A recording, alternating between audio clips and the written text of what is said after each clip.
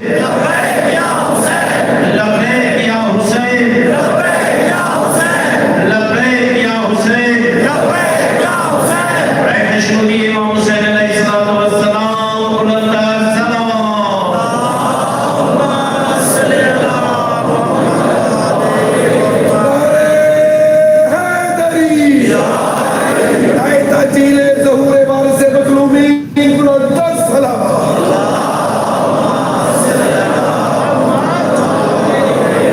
صدائے عالم کے دل کا چین زندہ ہے.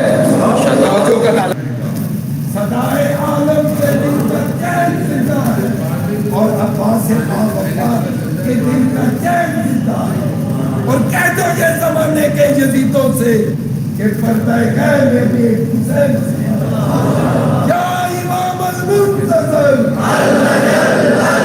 یا امام المنتظر،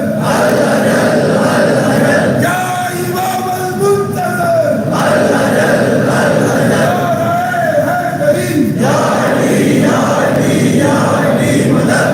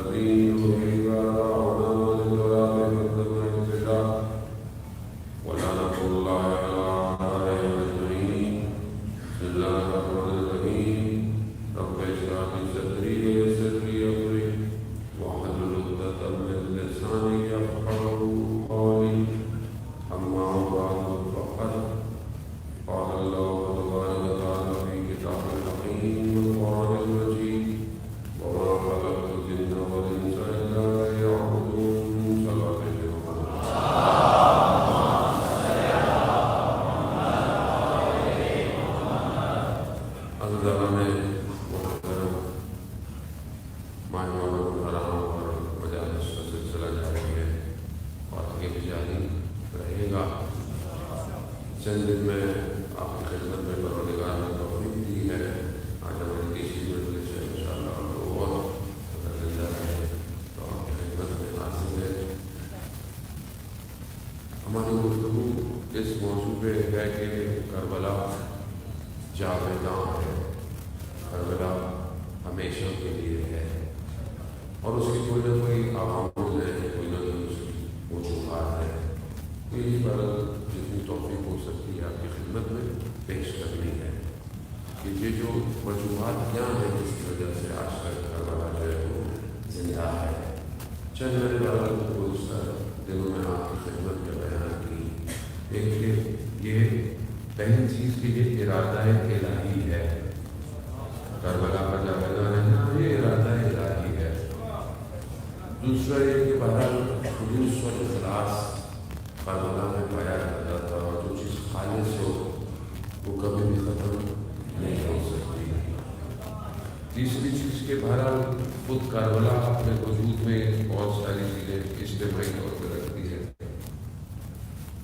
چوتھی چیز کے جس پہ ہم نے غلط گفتگو کے ختم کیا وہ خود امام ہے. کہ امام وہ واقعی امام تبھی کربلا زندہ ہے. ہر حالت آپ کی طرح چند گزارشات آپ کی خدمت میں پیش کرنی ہے. کربلا کے لیے خود آئمہ علیہ السلام نے تحقیق کی. یہ ایک اور ریزن ہے اس کا کہ خود آئمہ نے جو امام کے بعد آئے چوتھے امام سے لے کر آگے جتنے بھی آئے سب نے تحقیق کی. کس چیز کی؟ عزاداری کرو، عزاداری قائم کرو صرف امام حسین کے لیے. یعنی باقی تو ظاہر ہے لیکن امام حسین کے لیے خاص تحقیق کر کے گئے. آئمہ خود اپنے پیسوں سے جو ہے وہ عزاداری کا کروانا، شورا کو بلوانا، مصائب مرثیے پڑھوانا، مختلف جگہوں پر ذکر کو قائم رکھنا. کیوں؟ کیونکہ کربلا جو ہے وہ ایک عالمگیر ایشو ہے. ایک ذاتی یا کوئی چھوٹا سا یا کسی محلے کا یا کسی علاقے کا یا کسی قوم کا یا کسی فرقے کا نہیں ہے. عالمگیر ہے. یہ پورے عالم پر چھایا ہوا ہے. اب ظاہر ہے کہ جو چیز عالمی ہوتی ہے اور اتنے عرصے سے آ رہی ہو، تاثیر گزار ہو، لوگ اس سے اثر لیتے ہوں، لوگ اس مقصد کی طرف بڑھتے ہوں جس کے لیے وہ آئے، تو ظاہر ہے اس عالمی چیز کے لیے رکاوٹیں بھی ڈالی جاتی ہیں. توجہ ہے نا؟ کیونکہ رکاوٹوں کا تو ذکر کرنا ہے کہ کون سی چیزیں رکاوٹ میں ہو رہی ہیں. کیوں اس پیغام کے لیے رکاوٹیں ہیں؟ کیونکہ یہ عالمی مسئلہ ہے اور جب کوئی عالمی بات ہو تو کیوں ہر کسی کو ہونا چاہیے؟ اس میں کسی فرقے کی بات ہی نہیں ہے. سب کو امام حسین علیہ السلام جو ہے وہ صرف مطلب کسی گروہ کی تھوڑی ہے، سب مسلمانوں کے ہیں، نواز رسول ہیں، صحابی رسول ہیں. تو یہ کسی ایک فرقے کے تو نہیں ہے، سب کے تو سب کو منانا چاہیے. اب یہ ہر کوئی اپنے حساب سے اپنی ظرفیت کے حساب سے اپنے حساب سے مناتا ہے. لیکن عالمی مسئلہ ہے اور نہ صرف ایک زمانے میں بلکہ ہر زمانے میں، تو اس کو روکنے کے لیے اتنی طاقت لگائی جاتی ہے. اس کو روکنے کے لیے آئمہ جب تحقیق کر رہے ہیں عزاداری کو کرو، امام کے پیغام کو پہنچاؤ، دوسری طرف سے پوری طاقت ہے اس کو روکو. کیوں؟ اگر یہ پوری دنیا میں یہ بات پھیل جائے گی تو پھر تو آپ پتہ چل جائے گا ہے کیا. یہ تو ہر کوئی بولے گا یہی حل ہے. اچھا وہ پھر بھی پھیلتا ہے نا مجھے بھی ساتھ سے اب کیسے ہوگی؟ روکنے کے بہت سارے طریقے ہیں. پہلے تو آپ نے دیکھا کہ شروع میں جو ہے وہ سادات پہ ظلم ہوتا رہا، بنی ہاشم کو دیواروں میں چلوایا گیا تاکہ ان کو روکا جائے. اور اس سے ہم ایسا آپ کے سامنے تعلیم کا ماشاء اللہ آپ پڑھتے ہیں. امام وہ شخص ہے، وہ ہستی ہے کہ جو اکیلا بھی ہو تو پوری دنیا کو بدل دیتا ہے.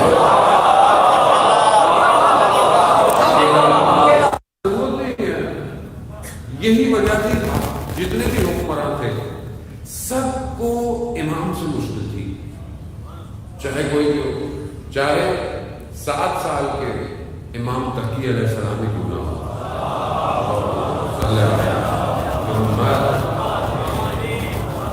ابھی 7 سال کتنی عمر ہوتی ہے؟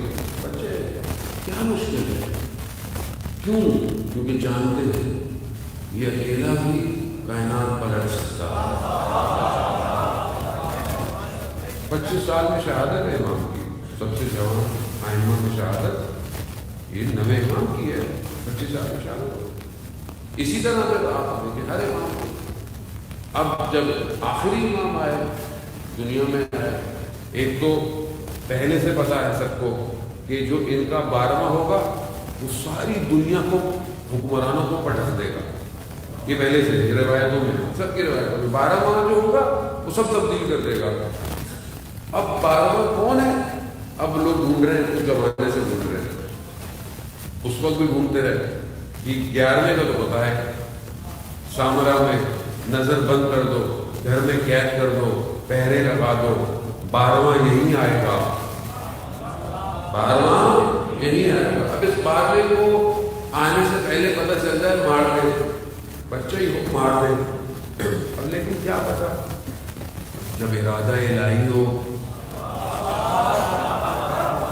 تو آپ کیسے رکیں گے؟ جب فرعون کو خبریں دی، جو خبریں دیتا ہے کسی کو، فرعون کو بھی خبریں دی کیا ایک بچہ پیدا ہونے والا ہے، وہ کیا کرے گا؟ وہ تمہاری حکومت کو پلٹ دے گا، الٹ دے گا، ختم کر دے گا۔ اس نے کہا اچھا، اس نے کہا سارے بچوں کو مارا۔ قرآن کے اندر فرعون بچوں کو، مردوں کو ذبح کرتا ہے، قرآن کی ہے، عورتوں کو زندہ رکھتا ہے، یہ قرآن کا سلسلہ ہے۔ فرعونیت شخص نہیں ہے، فرعونیت نظام ہے۔ فرعونیت قرآن جب بیان کر رہا ہے، فرعونیت نظام ہے۔ پہلے 2-3 دن میں نے آپ کو ٹیسٹ کیا کہ آپ کا ذہن کس حد تک برداشت کر سکتا ہے، تو میں نے کہا پھر اب تھوڑی سی ڈوز بڑھا دی جائے۔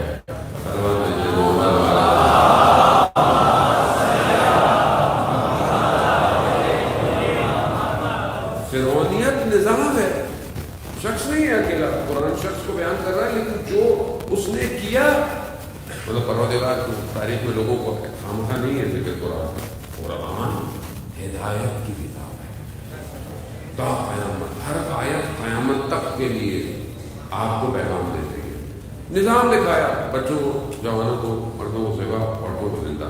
اب جب اسے پتہ چلا کہ ایک بچہ آنے والا ہے، سارے بچے بنی اسرائیل کے جتنے بھی ہیں زندہ ہیں، مار دو، ماں کے پیٹ میں انتظار کرو، جیسی پیدا ہے مار دو۔ اور بہت خطرناک سرویلنس تھی، ایسی نہیں تھی، خواتین تھیں، چیک کرتی تھیں، کوئی کسی کے پیٹ میں اگر بچہ ہے اس کو اپنے نگاہوں کے سامنے رکھا جاتا تھا۔ یہ سسٹم نیا نہیں ہے جو آج جاسوسی کا سسٹم، یہ پرانا سسٹم ہے، یہ سب چیک کرو کہ کون ہے۔ لیکن اللہ نے ارادہ کیا اور حضرت موسیٰ علیہ السلام کی ولادت مخفی رکھی۔ ایک ہی لمحوں کے اندر آثار پیدا ہوئے اور حضرت موسیٰ کی ولادت ہو گئی۔ آثار پیدا ہوئے، اب لوگ سوچیں کہ کیسے، یہ پورا پروسیجر ہے نا، یہ تو مہینوں کا، تو جو مہینوں کو ڈال سکتا ہے وہ منٹوں میں بھی کر سکتا ہے۔ خدا کا ہے نا، خدا کا نظام ہے، خدا نے آثار، بہرحال وہ انبیاء ہیں، معصومین ہیں، بہت زیادہ ڈیٹیل میں انسان کو نہیں جانا چاہیے، لیکن بہرحال ولادت ہو گئی، پتہ ہی نہیں چلا۔ اب ماں کو پریشانی ہے کہ پیدا ہو گیا، وہی نازل ماں کی طرف، کیا اپنے بچے کو پانی میں بہا دو اور مطمئن رہو، خوف مت کرو۔ ماں آسان نہیں ہے، ماں اپنے جگر کے ٹکڑے کو دے دے، آسان نہیں ہے، نہیں کہا۔ قرآن کہتا ہے ہم نے ماں کے دل سے خوف کو ختم کیا، بچے کو پانی میں بہا دیا، بہن ساتھ ساتھ دیکھ رہی ہے بچہ کہاں کہاں جا رہا ہے۔ اب کیا ہوا، وہ فرعون جو سب کے بچوں کو مار رہا تھا، اسی کے محل میں آ کر بچہ ہو گیا، اسی کے محل میں آ کے بچہ ہو گیا۔ اب حضرت آسیہ سلام اللہ علیہا، انہوں نے بچے کو اٹھایا اور کہا فرعون ہماری تو اولاد نہیں ہے، یہ ہمارا نور چشم ہو جائے، یہ ہمارا بچہ ہو جائے۔ اب آپ دیکھیں ارادہ الہی، جب خدا ارادہ کر لے تو دنیا، حدیث ہے نا حضرت محمد مصطفیٰ صلی اللہ علیہ وسلم، رسول خدا کی حدیث ہے کہ اگر خدا تمہیں کچھ دینا چاہے تو پوری دنیا طاقت لگا لے، تم سے چھین نہیں سکتی ہے، تم سے چھین، لیکن اگر خدا تمہیں کچھ نہ دینا چاہے اور پوری دنیا طاقت لگا لے تمہیں کچھ دینے کی، نہیں دے سکتی۔ وہ ارادہ الہی ہے، پروردگار ہے، پڑا ہوا وہیں پر فرعون کے محل میں حضرت موسیٰ بڑے ہوئے، ارادہ الہی ہے۔ یہاں بھی بہت ارادے لگے کہ 11ویں امام کے گھر 12واں نہ آئے پہلے، مگر اللہ یہاں پہ بھی آ گیا 15 شعبان کو، وہ آخری چلا، ارادہ الہی روک نہیں سکے، اور پھر ملائکہ لے گئے 5 سال بعد دوبارہ گئے، اور پھر تو لوگوں کو 11ویں امام نے لوگوں کی تربیت کر دی تھی، یہ غیبت ہوگی، اس کو غیبت کہتے ہیں، نشانیاں بتا دی تھی۔ آنے والے آئے اس زمانے میں کہ جب امام کی شہادت ہو گئی اور پھر اس کے بعد کچھ لوگ دور سے آئے، دوسرے شہروں سے، قم سے، کہیں سے آئے، اور کہ ہم کیسے پہچانیں گے کہ یہ جو فرزند ان کا ہے، اور بھی لوگ تھے جنہوں نے امامت کا دعوے کے لیے امامت کی، تو ہمیں پتہ چلتا ہے کہ کون ہے، یہ پیسے لے کر آئے قم دینے کے لیے، امام کی خدمت میں آئے، تو کسی اور سے پوچھا وہ چیزوں کو بتا نہیں پایا، جبکہ یہ چھوٹے سے ہیں، جب ان کو دینے لگے تو کہا اتنے میں سے اتنے پیسے واپس لے جاؤ، یہ فلانی جگہ رکھ دو، کیونکہ بغیر پوچھے لے کر آئے تھے۔ یعنی امام ہے، امام کی کوئی مشکل نہیں ہے۔ اب یہ ارادہ الہی ہے امام کو زندہ رکھا جائے اور آخر تک زندہ رکھا جائے۔ تو یہ کربلا جو جاویداں ہے اس کا راز یہی ہے کہ کربلا ہی آخری سے جوڑے گی، کوئی اور مکتب نہیں ہے جہاں پر آخری کا انتظار کیا جائے۔ آپ توجہ بتا لیں، دنیا کی کوئی بڑی یونیورسٹی، دنیا کا کوئی بڑا مکتب، آئیڈیالوجی ایسی نہیں ہے جو آخری کے لیے تیاری کروا رہی ہو۔ خدا نے کربلا کو جاویداں رکھا، خود معصومین کہہ رہے ہیں عزاداری کرو، عزاداری کو قائم رکھو۔ کیوں؟ کیونکہ جب تم کرتے رہو گے تو تمہیں پتہ چلے گا تمہارا آخری زندہ ہے۔ یہ کہاں بولے گے، کہاں سنتے ہیں آپ، مجھے بتائیں، اس جگہ کے علاوہ آخری کا ذکر کہاں ہوتا ہے؟ تو اس کا مطلب یہ ارادہ الہی ہے، ارادہ یہ اس حسینیت میں ذکر ہی موت کا کرتے، مرنے کا کرتے، کٹنے کا کرتے، ان کو ہے ہی، ان کو جتنا مارو یہ اور پرواز کرنے لگتے ہیں۔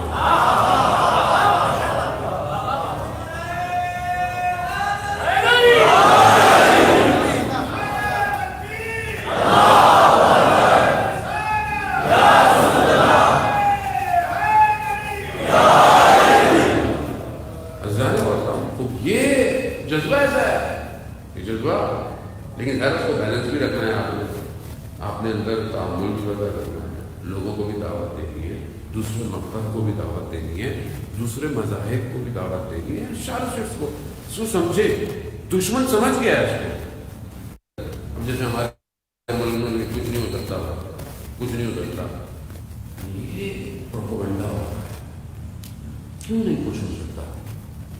سب کچھ ہو سکتا ہے۔ جو قومیں ترقی کر رہی ہیں ان کے پر نہیں لگے ہوئے، جو قومیں ترقی کر رہی ہیں، جو مارس پہ جانے کی باتیں کر رہے ہیں، جو اسپیس پہ چیزیں بھیج رہے ہیں، وہ کہاں سے آئے ہیں؟ دنیا سے ہیں کیا کھاتے ہیں جو کھاتے وہ بھی وہی کھاتے ہیں. وجہ کیا ہے؟ وجہ یہ ہے کہ مایوس نہیں کیا جاتا بلکہ حوصلہ دیا جاتا ہے. ہمیں مایوس کر دیتے ہیں قومی سطح پہ بھی اور مذہبی سطح پہ بھی. وہ کچھ نہیں ہو سکتا. یہ تو مذہبی اسلام ہے آپ کے سامنے. اسلام کی شکلیں ایسی ایسی پیش کرتے ہیں جو جوان مسلمان تو نہیں چاہتے بس لیکن اسلام کی تو ہمیں لگتا ہے تو تو بھائی ان شکلوں کو دیکھ کے میں تو اسلام دور ہی رہوں گا. اچھا ہے ایسے ہی ہے نا. اب آپ مذہب کے ساتھ بھی ایسے ہی کرتے ہیں قوم کے ساتھ بھی. پاکستان کچھ نہیں ہو سکتا. ذہن میں ڈالتے رہو بار بار. میڈیا بھی کرتا ہے ساری چیزیں کرتی ہیں. وہ آپ اپنے ملک کے ساتھ کیا کر رہے ہیں؟ آپ خود ہیں پاکستان. آپ خود اچھا کریں گے ملک اچھا ہو جائے گا. مگر جو اوپر نیچے دائیں بائیں سب بیٹھے ہوئے ہیں وہ کہاں سے آئے ہیں؟ یہیں سے آئے ہیں. یہیں سے آئے ہیں. تو ذہنوں پہ کام کیا جائے. ذہنوں کو طاقت کیا جائے کہ آپ خود کام کر سکتے ہیں. طاقت پیدا کرنی پڑتی ہے. وجود کو اتنا مضبوط کرنا پڑتا ہے. اور یہ کوئی اور درسگاہ نہیں ہے کہ دنیا کی جتنی بھی انسٹیٹیوشن ہیں مادے پرست ہے. دنیا کے جتنے ادارے ہیں وہ انسان نہیں بنا رہے وہ مشین بنا رہے ہیں. آپ یونیورسٹی میں ڈگری لیتے ہیں 2 سال 4 سال 6 سال پھر کیا ہوگا؟ ڈگری لے کے کیا کریں گے؟ جاب کریں گے نوکری کریں گے فلانی کمپنی ملٹی نیشنل میں اس سے بڑی کمپنی میں ساری زندگی نوکر کریں غلام رہو. آپ کی کوئی نئی چیز نہیں ہے. جو وہ دیتے ہیں آپ وہی کرتے ہیں. اب آپ کچھ بھی کر رہے ہیں چاہے آپ اپنی زندگی کی عام استعمال کرتے ہیں چیزیں کھانے پینے سے لے کر زندگی کی ساری پروڈکٹ اکثر ملٹی نیشنل ہے. کتنی ہے جو آپ کی اپنی ہے. اور وہ جو اس کا ایجنڈا ہوتا ہے مارکیٹنگ کا وہ جو بنا کے دیتا ہے کہ ایسی مارکیٹنگ کرنی ہے. کیسی مارکیٹنگ کرنی ہے؟ ایسے ایڈ بنانے ہیں بیہودہ بے حیائی کلچر کو خراب کرو ثقافت کو خراب کرو. آپ کچھ نہیں کر سکتے. آپ چلاتے ہم ہی ایندھن ہیں ہم ہی چل رہے ہیں ہم ہی استعمال ہو رہے ہیں. پیسہ بھی ہمارا مر بھی ہم رہے. زیادہ سمجھنے کی کوشش کر رہا ہوں. بہت بھاری چیز جو ہے وہ آپ کو دینے کی کوشش کر رہا ہوں. یہ شہر جو کہ مشہور شہروں میں سے تھا کہاں گیا؟ سب جو ہے وہ دوسرے ملک میں چلا گیا. میں نام نہیں لے کر لوگ آزاد ہو جاتے ہیں. سارا آپ کی انڈسٹری اٹھ کے چلی گئی وہاں. دنیا کا مہنگے سے مہنگا برانڈ وہیں بن رہا ہے. آپ بناتے تھے. کمپٹیشن کی بات ہے اس میں کوئی وہ نہیں ہے کہ مطلب وہ بنا رہے اچھی باتیں بنائے لیکن آپ بناتے تھے. کیوں آپ کو تباہ کیا گیا؟ کیوں آپ کی بجلی برباد کی؟ کیوں آپ کی گیس کس نے کی؟ حکمراں کس چیز پہ چل رہے تھے؟ وہ جاسوس نفوذ کرتا ہے سسٹم میں. قوم کی پہلی بیک بون اس کی اقتصاد ہوتی ہے اس کی اکانومی ہوتی ہے. یہ توڑ دو. اس کی امپورٹ اور ایکسپورٹ کم کر دو. آپ سمجھے ہی آپ کسی نے نہ بولا نہ کسی نے درد دیا. ساری انڈسٹریاں ہو کے چلی گئی اور ہم لوگ ہم سے باقی پہلے کام کرا لیں احتجاج کرا لیں. ہمیں پتہ ہی نہیں ہے کہ کون کے ساتھ ہو کیا رہا ہے کون کر رہا ہے. فرعونیت کے نظام کو سمجھیں یہ نظام فرعونیت یہی ہے. اب ہم آج جوان ذبح ہو رہا ہے. گردنیں نہیں کٹ رہی نفس کٹ رہے بے حیائی برائی فیس بک انسٹاگرام ٹک ٹاک کیا ہے؟ بے حیا کس نے کیا؟ فرعونیت کا نظام کر رہا ہے. اور آپ بیٹھے دیکھ رہے ہیں. آپ بنا ہی کچھ نہیں رہے. آپ کوئی پلیٹ فارم ڈیزائن نہیں کر رہے. جوانوں کے لیے ایکٹیویٹی نہیں ہے آپ کے پاس. کمیونٹی سینٹرز نہیں ہے آپ کے پاس. اتنا پیسہ ہے. مشہور ہے مطلب دنیا میں کہ سب سے مہنگی گاڑی اگر پاکستان میں کہیں ہو تو فیصل آباد میں ہوتی ہے. یہ دنیا میں مشہور ہے. کیوں؟ وہ پیسہ ہے لوگوں کا. لیکن قوم کے لیے کیا کیا جا رہا ہے؟ پھر آپ باتیں کرتے ہیں ریاست مدینہ کی. سیاست مدینہ تو ایسا تھا کہ مہاجرین جب آئے تو انصار نے اپنا آدھا گھر دے دیا، آدھا گھر دے دیا. ایک کمرہ تھا تو 2 حصے کر دیے، ایک باغ تھا تو 2 حصے کر دیے، ایک درخت تھا تو اس طرف کو اس کو دے دیا، 2 سواریاں تھی تو ایک اس کو دے دی. کیا ہے؟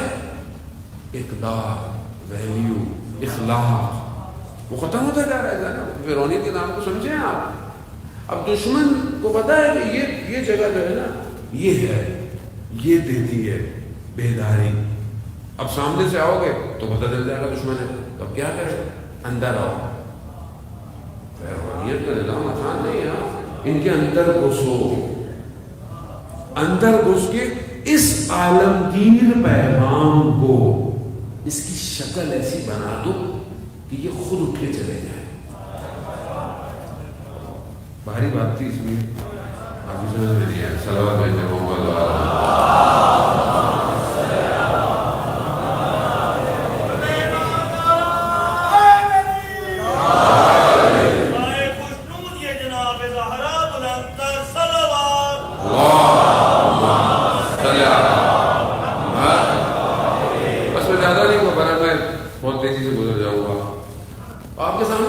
ایک مثال واضح ہے. مجلس کو، عزاداری کو ایسا کر دو کہ اہل سنت نہ آئے. یہ آپ کے سامنے ہوا پچھلے چند سالوں کے اندر پنجاب میں سب سے زیادہ. کیوں؟ کہ عالمگیر پیغام ہے. روکو اس کو، روکو. اگر یہ پیغام ہر جگہ چلا گیا تو یہ دنیا میں لانا چاہیے اور یہ انتظار کرے گی اس کا. یاد رکھے کوئی بھی چیز ہو، کوئی بھی مکتب ہو اسلام کا، کوئی بھی فرقہ ہو، اگر وہ امام کی طرف لے کے نہیں جا رہا تو سمجھ لے اس کام سے آپ کو کچھ ملنے والا ہے. آپ کو کچھ امیدیں مل جائیں گی، آپ کا وقت بھی گزر جائے گا، آپ کہیں ہاں مجھے مل گیا میرے ظاہری طور پر. لیکن اگر امام کا اور آنے والے نظام کی گفتگو نہیں ہے اور آپ کو یہ ہو نہیں رہا کہ میں کیا کر رہا ہوں امام کے لیے، تو سمجھ لیں پھر آپ کربلا نہیں پہنچے. کربلا ہم ہوتے یا ہمیں بلایا جاتا تو ہم کیا کرتے؟ کربلا خود سوچیں کیا کرتے. امام کی خدمت میں حاضر ہوتے تو کیا کرتے اس وقت؟ جو امام نے کہا. امام کہتے بھائی میرا سسٹم ہے، میرا یہ موقف ہے، یہ امام سسٹم ہے پورا، وہ نظام الہی ہے. وہ اب نظام الہی یہی کہہ رہا ہے کہ سامنے جتنا بڑا نظام ہے، جتنا بڑا لشکر ہے، جتنی بڑی طاقت ہے، تمہیں ٹکرانا ہے. ٹکراتے نہیں. وہ شخص جو رستے میں آیا، ایک شخص دراما جو بصرہ کا رہنے والا تھا، امام کے پاس تھا، امام کے ساتھ. امام سے کہتے کہ مولا بصرہ چل رہے 1000 تلواریں، یعنی 1000 جوان ہیں جو تلواریں ہیں ان کے پاس، وہاں چلتے ہیں، وہاں سے لے کر آتے ہیں. یعنی آپ سوچیں تاریخ کی ہر بات بہت امپورٹنٹ ہے. یعنی شخص ایسے ہو جاتے ہیں کہ امام کو مشورے دیتے ہیں. جیسے لوگ ہمیں بہت مشورے دیتے ہیں.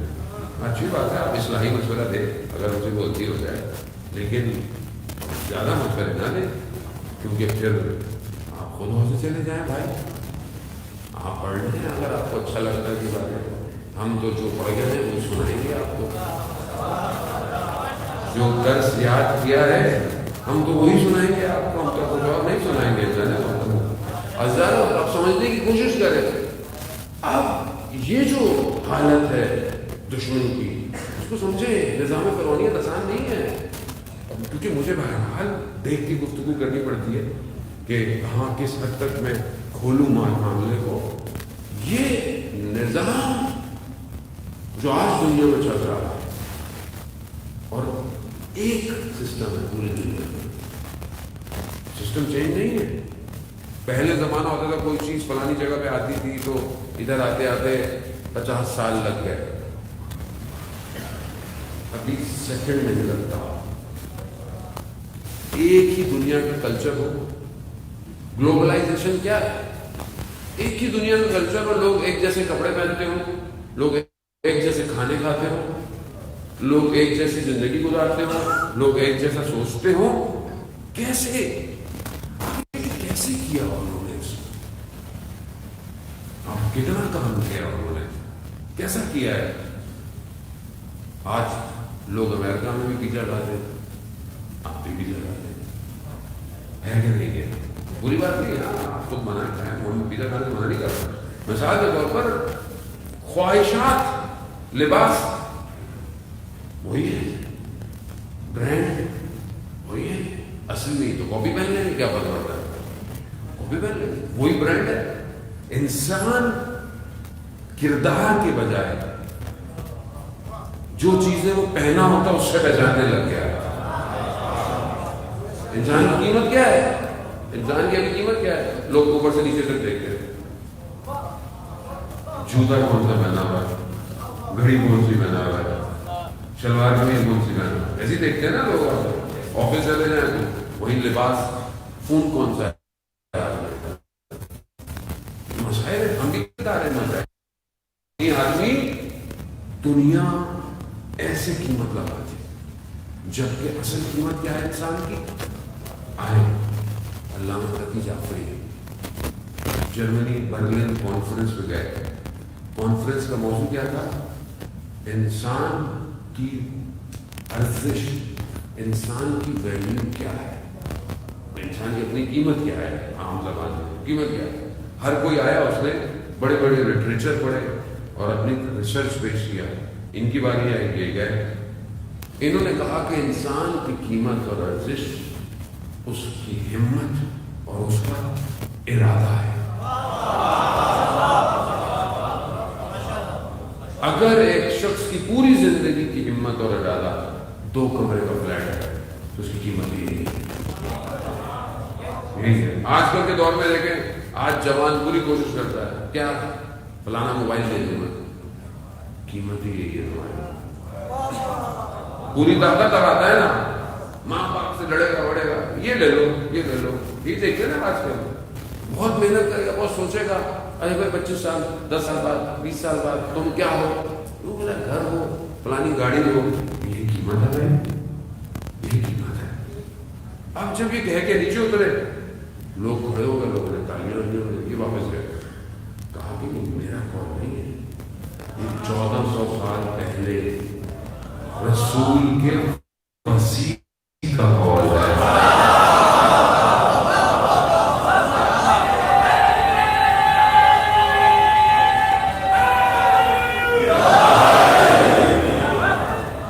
وہ سمجھنے کی کوشش کرے, وہ یہ دنیا کیا قیمت لگا رہی ہے ہماری.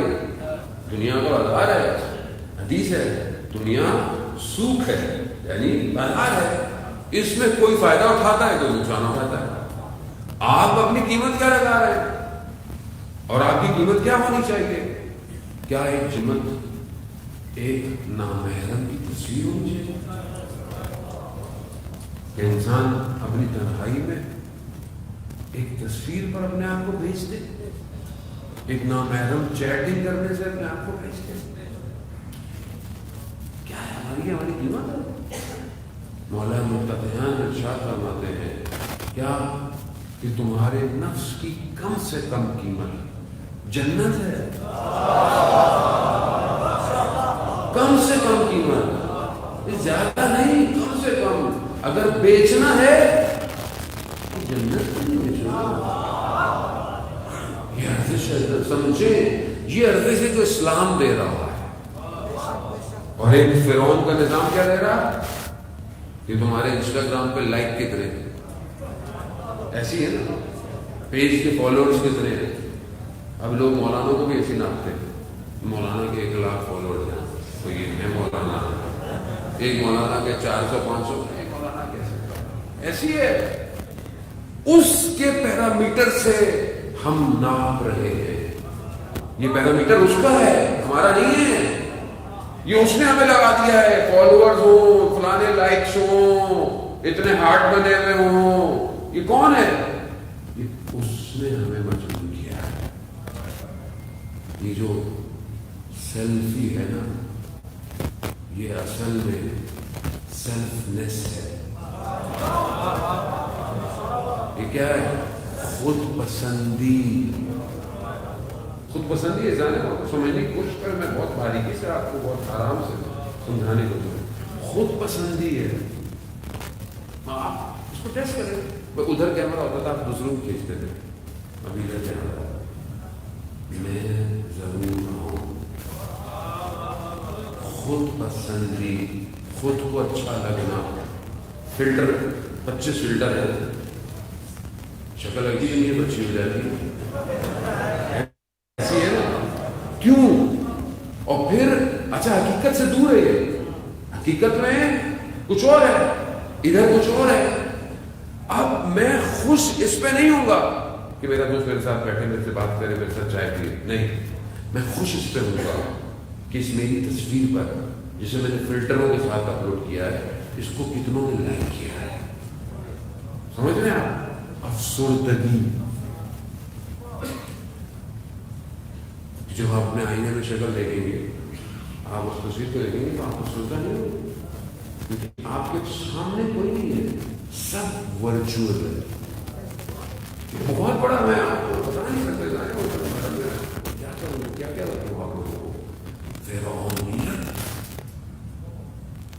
آپ سے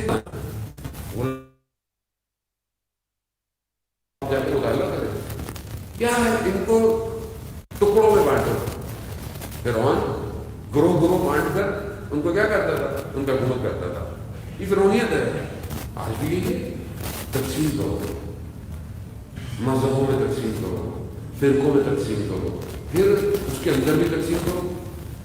جتنی تقسیم ہوگی اتنی حکومت آسان ہو جائے گی. ہے کہ نہیں ایسا؟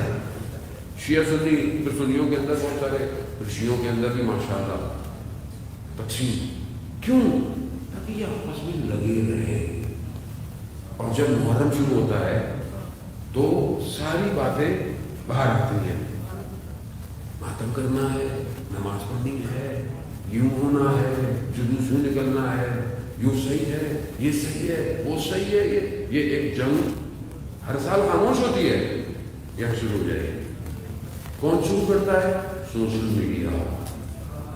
کس کا ہے؟ کسی اور کا. لڑواتا ہے. کیا کرے گا؟ تاکہ یہ کرنا ہے. آپ کے سامنے میں پہلے محرم سے عرض کیا, میں نے کراچی کے اندر بھی, کوئی چیز آئے جو نیگیٹو ہو آپ نے فارورڈ نہیں کرنا. اگر آپ فارورڈ نہیں کریں گے فتنہ وہیں ختم ہو جائے گا.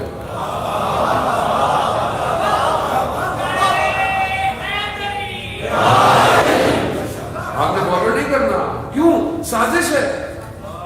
فلانے مولانا نے یہ کہہ دیا, فلانے نور خان نے یہ پڑھ دیا, فلانے نے یہ کہہ دیا, فلانے گاؤں میں یہ ہو گیا. ہمیں کیا ہو گیا؟ وہ گاؤں والے دیکھیں, علماء دیکھیں. آپ کیوں دنیا کو بتا رہے ہیں؟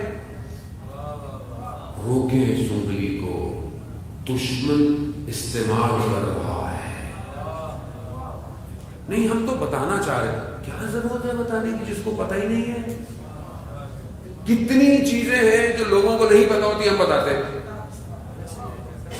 اس فلانے نے یہ کر دیا, فلانے نے کیا ہو گیا, آپ کو پتہ ہی نہیں ہے. آپ کس کی زمین پہ, کس کے پچ پہ کھیل رہے ہیں, آپ کو نہیں پتا. یہ گراؤنڈ کسی اور کا ہے. اس گراؤنڈ میں آپ نہیں جیت سکتے, کیونکہ اس گراؤنڈ کو کسی اور نے ڈیزائن کیا ہے. آپ جتنے بھی اچھے بالر ہوں, آپ کی بال بیٹھ جائے گی. سسٹم کسی اور کا ہے. سمجھنے کی کوشش کریں, یہ طاقت پیدا کریں. اپنا سسٹم خود بنائیں, اپنی چیزیں خود ڈیزائن کریں. کون کرے گا؟ آپ ہی کریں گے. جوان کریں گے, بیٹے کریں گے, یہ کریں گے نا. اگر ان کو راستہ دینا ہوتا, نفس قربان کیے جا رہے ہیں. آپ دشمن, جیسے فرعون غلام بنا تھا. احرام مصر اتنے بڑے بنا دیے, آج تک لوگ پریشان ہیں. کیسے کریں؟ کون تھی تو ذہین بنا دیے غلام. کیسے غلام ہوتے تھے زمانے میں. اب فرعونیت آپ کے ہاتھوں میں رسی نہیں ڈال پائے گی, آپ کے گلے میں توق نہیں ڈالے گا. اب جو وہ غلام بنا چکا ہے, وہ ذہنوں کو اب آپ کے سامنے یہ دنیا تو ترقی یافتہ ہے نا, دنیا کی سینچری 21ویں سینچری جو ہے وہ آگے جا رہی ہے, اب کتنا ترقی یافتہ ہے. لیکن جی انسان جو ہے وہ اب پہلے روڈ پہ کھڑا ہوتا تھا, ٹیکسی وہ ڈھونڈتا رہتا تھا, آتی نہیں تھی. اب آپ بٹن دباتے کریم آپ کے گھر میں آ جاتی ہے. ٹھیک ہے, اب آپ کو کھانا آپ پھر کوئی نہ کوئی فوڈ پانڈا کوئی نہ کوئی دبا دیتے ہیں, آ جاتا ہے. اب آپ کو کچھ چیز ڈراپ کرنی ہے, بائک والا آ جاتا ہے. یہ تو ترقی یافتہ ہو گیا نا. گاڑیاں ہواؤں میں اڑنے والی بن رہی ہیں, گاڑیاں الیکٹرانک ہو گئی ہیں, پیٹرول کی بھی ضرورت نہیں ہے. 500-600 کلو میٹر بغیر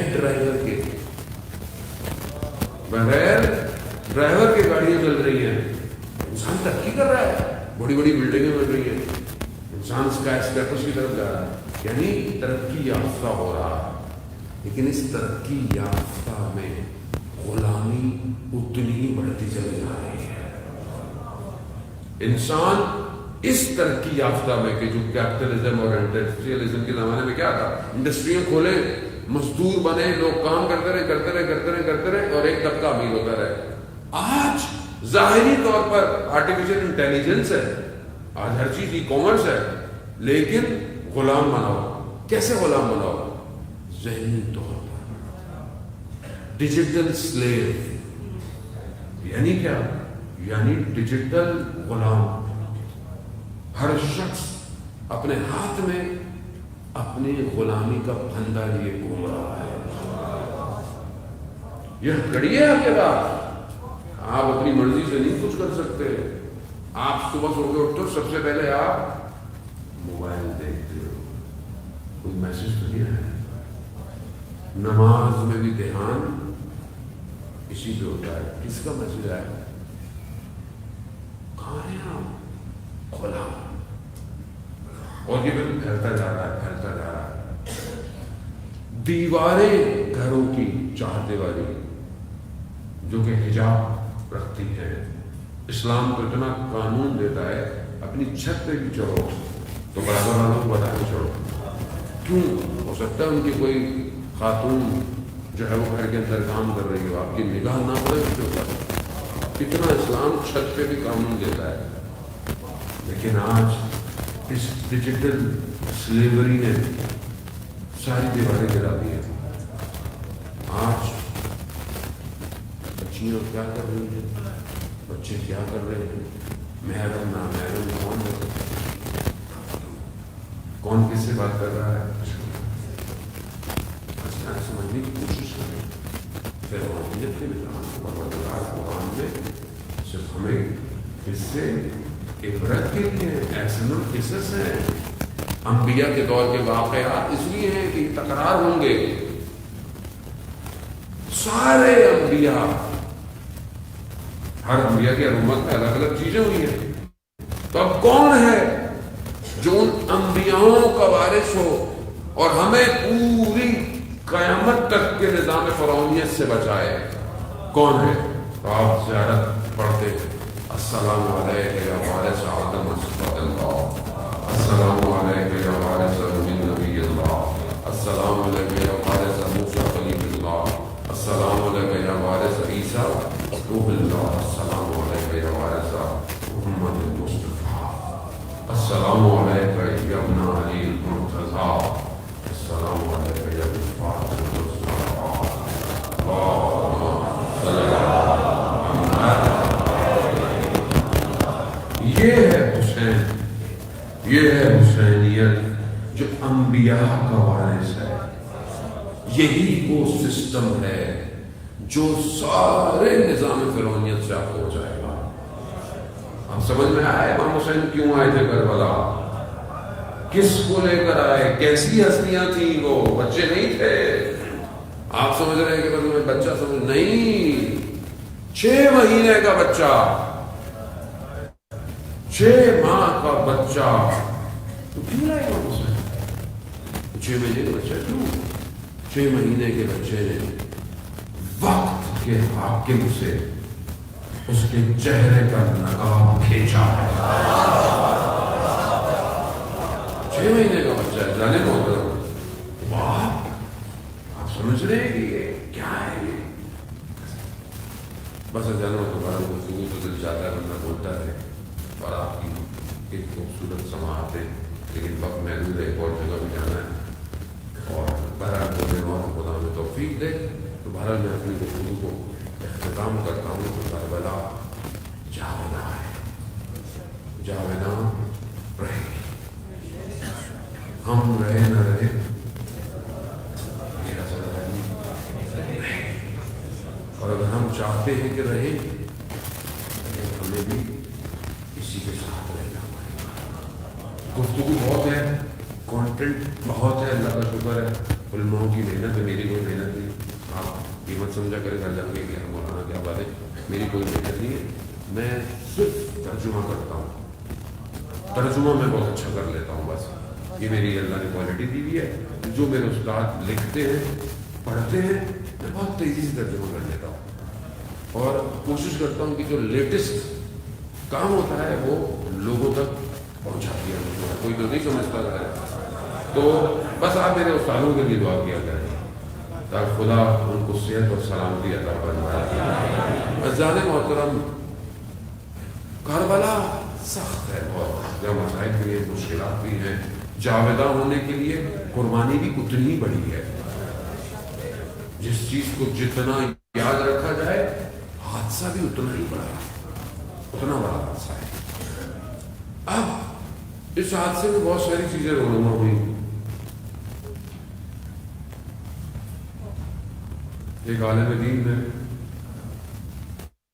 خواب میں آپ کے امام کو دیکھا،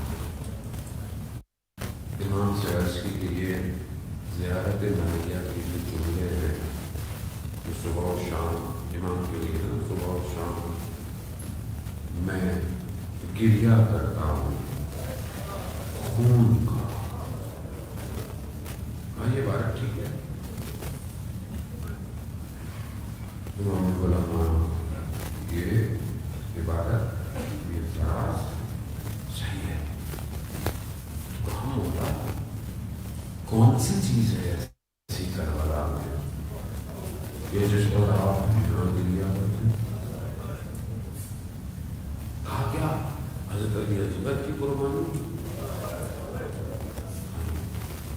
کہا حضرت علی اکبر، کہا اگر حضرت علی اکبر بھی زندہ ہوتے نا وہ بھی خون پر گریا کرتے ہیں۔ کہا تو پھر حضرت عباس، کہیں اگر حضرت عباس بھی زندہ ہوتے وہ بھی خون پر گریا کرتے۔ تو کہا پھر تو امام حسین علیہ السلام کی اپنی قربانی ہے؟ کہا نہیں، اگر جب حسین بھی ہوتے وہ بھی خون پر گریا کرتے۔ تو کہا مولا یہ کون سی ایسی پریشانی ہے، کون سی ایسی مصیبت ہے؟ کہا پھوپھی زینب کی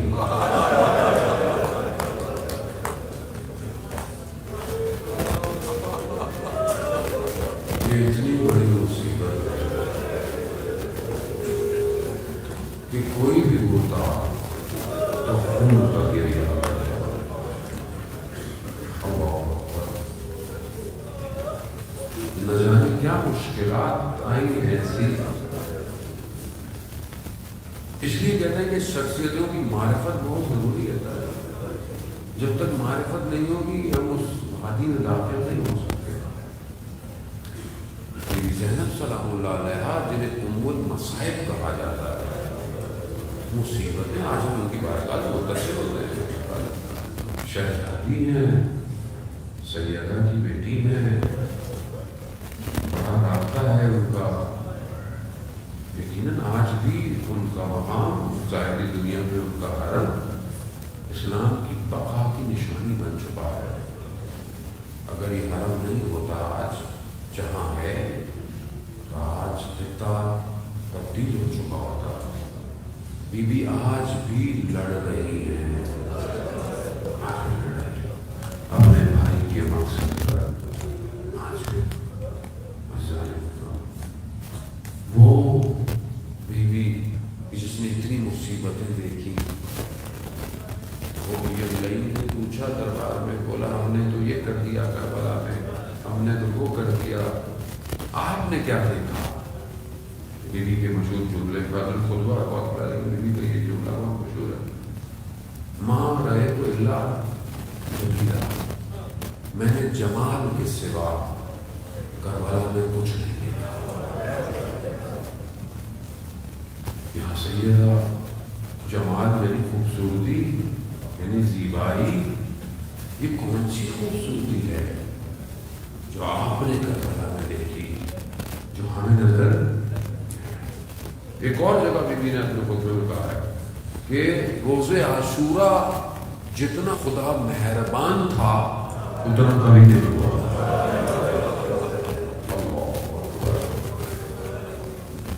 یہ معاملہ کیا ہے، ماجرا کیا ہے؟ استاد میر باقری فرماتے ہیں کہ اس جمال کو دیکھنے کے لیے امتحانوں سے گزرنا پڑتا ہے، ہر کوئی یہ جمال نہیں دیکھ سکتا۔ کہا بی بی امتحانات طے کر کے آئی۔ کون سے امتحانات؟ مدینہ میں چھوٹی ہے، جلتا ہوا دروازہ دیکھا، آپ خود سوچے نا، چھوٹے چھوٹے بچے کو دروازہ چلے، بس میں آگے نہیں پڑھوں گا، برداشت نہیں ہوگا۔ بچی بچپن سے دیکھ رہی ہے، ماں اتنی بری تو نہیں مگر دیوار کے سہارے سے چلتی ہے۔ کیا ہو گیا؟ مصیبت آسان ہے کیا؟ مائیں اپنی باتیں اپنی بیٹیوں ہی سے کرتی ہیں۔ رضا نے بیوی نے کیا کیا اپنی بچی سے کہا ہوگا، کیا کیا بتایا ہوگا، کیا کیا وصیتیں کی ہوگی۔ یہ مصیبت کم ہے، یہ مصیبت کم نہیں۔ ہاں وقت گزرتا، پھر اپنے بابا کی مشکلات کو دیکھا۔ بابا جب کمرے میں آئے، لٹایا گیا، ماتھے پر زرد رومال، وہ امام جو سب کو دلاسے دے رہا ہے، بیٹا حسن گریہ نہیں کرنا، بیٹا حسین گریہ مت کرے۔ لیکن جیسے ہی اپنی ان دو بیٹیوں کو دیکھا، وہ شیر خدا پھٹ گیا، رونے لگا، گریا، صبر نہیں ہو سکا میرے بازار سے۔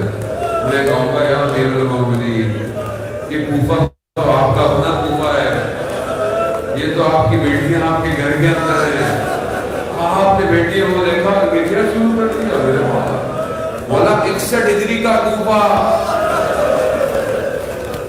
یہی آپ کی بیٹیاں ہوگی کربلا کوفہ میں۔ ہاں مشکلات گزرتی، اپنے بھائی امام حسن کے جگر کے ٹکڑوں کو دشت میں دیکھا، گریہ کر رہی ہیں حضرت زینب، گریہ کر رہی ہیں، بھائی کے بدن سے تیروں کو نکالا۔ کوئی آسان نہیں، وہ مشکلات دیکھتی ہی آئی۔ آتے آتے آتے جب بھائی مدینہ سے چلنے لگا تو اب یہ بہن بھائی کے بغیر تو رہ نہیں سکتی۔ کہا بھائی میں بھی جاؤں گی۔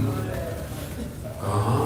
لیکن آپ کو اپنے شوہر سے اجازت دینی ہوگی، شریعت کے لیے امام شریعت کا پابند، امام شریعت لے کر آیا جاتا ہے، امام شریعت کی ترویج کر رہا ہے، امام ہی نے شریعت کو لوگوں تک پہنچانا ہے۔ ہم نے کہا کہ گئی، عبداللہ ابن جعفر مریض ہیں، بستر پر ہیں، بعض محاذر بیان کرتے ہیں کہ بیوی کی آنکھ میں سے آنسو عبداللہ ابن جعفر کے پیشانی پر گرا، بیدار ہوئے، کہا شہزادی کیوں گریہ کر رہی ہوں؟ کہا کہ آپ تو جانتے ہیں میں اپنے بھائی کے بغیر رہ نہیں سکتی، تو بس کہاں تو کیا ہوا پتا، آپ کو بتایا کہ جا رہے ہیں، وہ کہاں تو جائیں، میں آپ کو روک نہیں سکتا، کیونکہ ہمارے حق میں شرط یہی تھی کہ آپ لوگوں سے گزر جائیں۔ جانے لگی، کہا یہ میرے 2 بیٹے لے جائے، جب ضرورت پڑے تو ان کو امام پر قربان کر دیں۔ لے لے کربلا آئے۔ کربلا میں جب بھی کوئی بدن روز عاشورہ آتا تھا نا تو بیوی سب سے پہلے آتی تھی. کیوں؟ تاکہ بھائی کا ساتھ دے, بھائی کے سامنے موجود ہو کہ بہن ساتھ ساتھ ہے. لیکن جب اون محمد گئے,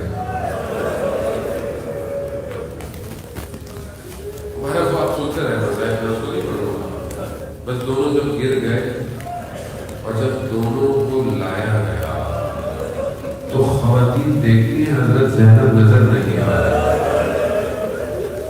زینب نظر نہیں آ رہی. خیمے میں گیا, کیا دیکھا؟ بیوی سجدے میں سر رکھی ہوئی ہے اور دعا کری. پڑھو نے کہا یہ میری دو نشانیاں ہیں, اس کو اپنی بارگاہ میں قبول کر رہے ہیں.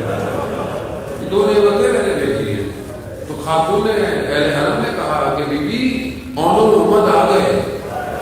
اب وہ سمجھی کہ اون محمد تو جنگ پہ گئے, واپس کیسے ہے؟ باہر نکل کر کیا دیکھا؟ دشت کربلا پر ایک طرف اون ایک طرف محمد سو رہا ہے. امام حسین سر جھکائے کھڑے گئے کہ بہن نہ جانے کس طرح دیکھے گی. بیوی نے دونوں بدنوں کو ہٹایا, سر سجدے میں رکھا اور کہا پروردگار تیرا شکر, تو نے میری ان قربانیوں کو قبول کیا. ہاں حضرت, اور یہ مصیبتیں یہ دیکھتی اللہ بس آپ سے بس التماس سے دعا اللہ تعالیٰ. روز عاشورہ کا جب آخری وقت آیا نا, اصل جب سب چڑھ گئے, اجڑ گیا سیدہ کا گھر, بکھر گئے یہ پھول جو گلشن زہرا میں کھلتے تھے, بکھر گئے. کوئی کہیں کہیں کسی کے ٹکڑے ہوئے, کہیں کسی کے بازو کٹے, کہیں کوئی مرجھا گیا, کہیں کوئی ہاں گلشن زہرا یہ گل اجڑ گئے. اب آخری چراغ, زخموں کی حالت, بھوکا اور پیاسا, زخموں کو لیے آخری ودا کرنے اپنی بہن سے خیمے آیا. آخری ودا آسان نہیں ہے, یہ سب زخموں کو برداشت کیا ہوا. کربلا دن بدن امام کے چہرے کو براری کر رہی ہے. امتحان بہت سخت تھا, امتحان دینے والوں نے دیا, اللہ کی خاطر تھا, لیکن امام کی اپنی یہی نوکری تھی. امام نے خود انتخاب کیا تھا اسے. جب بہن سے جدا ہونے لگے, وصیتیں ہیں, وہ کرتا ہے, وہ مظلومیت. امام نے بھی کرتا اس لیے پہنا کہ شاید اسے چھوڑ دیں یہ لوگ. کرتا بنایا گیا. امام بہن بھائیوں کی گفتگو ہے. امام بہن سے خیمے سے دیکھے, گھوڑے پر سوار ہوئے, اپنی سواری پر سوار ہوئے اور سواری چلنا شروع ہو گئی.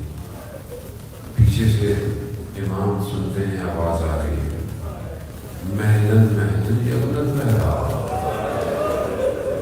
آہستہ چلو زہرا کے تاب. کیوں؟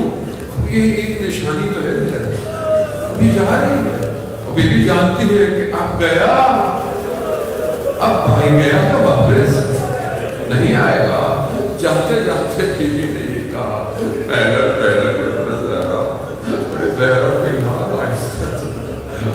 تو امام نے جب دیکھا نا, کہا بہن ابھی تو گر کر آیا ہوں. ہاں بعض علماء بیان کرتے ہیں کہ بہن نے کہا کہ مجھے ماں کی ایک وصیت یاد آ گئی, ماں کا نام سننا تھا, میرا والا نیچے آیا. نہیں پتا, نہ جانے امامے کے تحت حنک کو ہٹایا گیا, گلے میں بوسے دیے گئے, کیا وجہ تھی.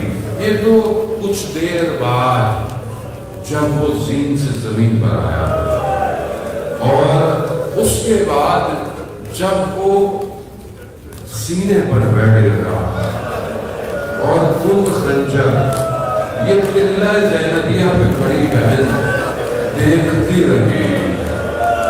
اب سمجھ میں آیا وہ وصیت کیوں تھی. خود خنجر سے 12 ضربتیں لگی. ایک شاعر اپنی زبان میں کہتا ہے کہ خیموں سے قتل گاہ کی طرف دوڑتی رہی, مگر جب پہنچی زینب تو دیر ہو چکی تھی. اور امام کے سر پر دعویٰ تھا, مگر جب پہنچی زینب تو تو دیر ہو چکی تھی. شوہر آگے آگے اور اس کے ہاتھ میں امام کا سر تھا.